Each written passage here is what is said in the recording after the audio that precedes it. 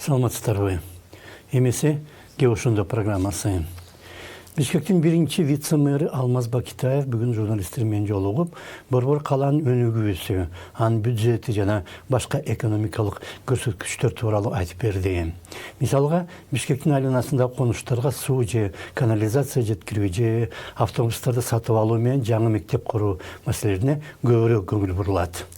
Биринчиден, шаардын алдында турган мындай чоң автобустарды, чоң мындай көлөмдө 500 автобус деп биз бүгүн күндө сунуштатабыз.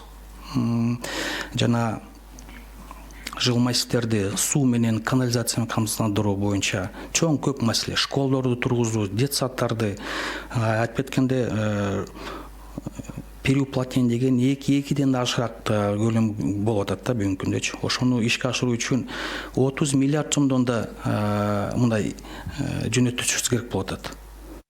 Мектеп, бала бакча же башка мекемелерди жылытуу бу казандары мурда газ же башка отундан көмүргө которулган жана ага бир топ каражат корогон. Анткени сырттан газ алып келүү такай үзгүлтүккө учурап калчу.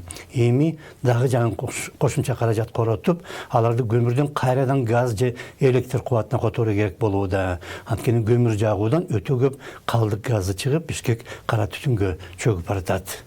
Президент Аскар Акаевдин учурунда ири пландар даярдалып, турак үйлөр менен ишкана мекемелердин ашканаларындагы газ мештерин электр кубаты менен иштеген плиталарга өткөрүү башталган. Анткени электр энергиясы ал кезде жетиштүү эле. Бишкектен Манас аэропортуна чейин троллейбус каттамын ачуу пландары да болгон. Эгер ал ишке ашканда, карапайым эл үчүн бир топ жеңилдик болмок. Бирок жыйынтыгында бизнесмен коррупция жеңип чыкты. Аэропортко троллейбус турмак, бийлик автобуста жүргүзө албай жатат. Аны менен кошо өзүбүз өндүргөн электр энергиясы өзүбүзгө жетпей калды. Анткени энергетика тармагы баш оту менен коррупцияга батып кетти жана техникалык жоготууларга шылтоо кылып, аны уурдаган менен кошо ондогон ортомчу компаниялар пайда болду. У нас есть статистика по теневой экономике. Көмүскө экономика боюнча бизде статистика бар жана премьер-министрдин жакында айтканы да аны тастыктап жатат. Экономиканын 27ден 43%га чейинки бөлүгү азыр көмүскөдө. Ошондуктан дүң өндүрүмдү көбөйтүп, салыкты көбүрөөк чогултууга потенциал бар. Значит, увеличению этих объемов в части вклада в ВВП и, естественно, налоговых поступлений. Бакитаев айткан 27ден 43%га чейин деген сандар чындыкка бир жакын. Мындан бир жыл мурда улуттук статком менен экономика министри Олег Панкратов такай көмүскө экономиканын көлөмү жалпы дүң өндүрүмдүн 24% түзөт деп көп кайталачу.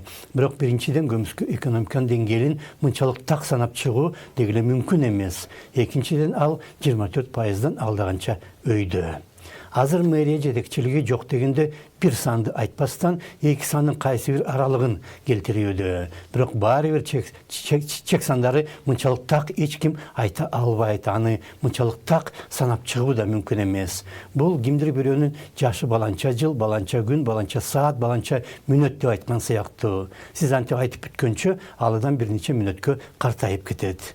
Бир кезде Каржы министрлигин жетектеген депутат Акылбек Жапаров 2017 жылы көмүскө экономиканын көлөмү 250 миллиард сом деп билдирген. Ал кезде дүң өндүрүм 530 миллиард болчу. Демек көмүскө экономика 50% болуп турган.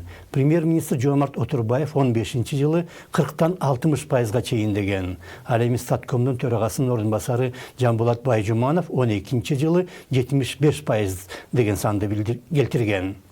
Андан бери абал өтө деле өзгөрүп кеткен жок. Бирок жок дегенде мэриянын жетекчилиги чындыкка жакындаган сандарды бере баштады. Бир топ ири ишканалар, мисалга ресторандар, супермаркеттер менен мейманканалар салыкты толук төлөбөйт. Анткени бийликтеги адамдардын коргоосунда. Көмүскө экономиканын күрөшүш үчүн алар өздөрү менен күрөшүүгө тийиш. Эч ким антөөнү албетте каалабайт. Алар ошентип мамлекетти карактоосун улантууда. Ошондо саламат калыңыздар.